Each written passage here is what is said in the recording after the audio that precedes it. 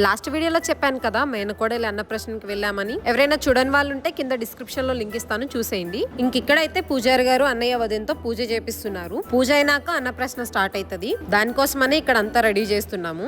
ఇక్కడ ఫస్ట్ మా బుడ్డమ్మ పెన్ను పట్టుకుంది, ఆ తర్వాత భగవద్గీత పట్టుకుంది. నేను ఆ క్లిప్ తీయడం మిస్ అయ్యాను. థర్డ్ టైం వచ్చేసి గోల్డ్ పట్టుకుంది. తను పట్టుకున్న ఈ మూడు తన లైఫ్ లో ఎప్పుడు ఉండాలని నేను మనస్ఫూర్తిగా కోరుకుంటున్నాను. అలాగే మీరు కూడా మా బుడ్డమ్మని బ్లెస్ చేయండి. ఇక్కడైతే ఫస్ట్ మేన్ మామ అన్నం తినిపించిన తర్వాత అందరం వచ్చి అన్నం తినిపించడం స్టార్ట్ చేసాము. చెప్పాలంటే ఫంక్షన్ చాలా బాగా అయింది, చాలా బాగా ఎంజాయ్ చేశాను నేనైతే.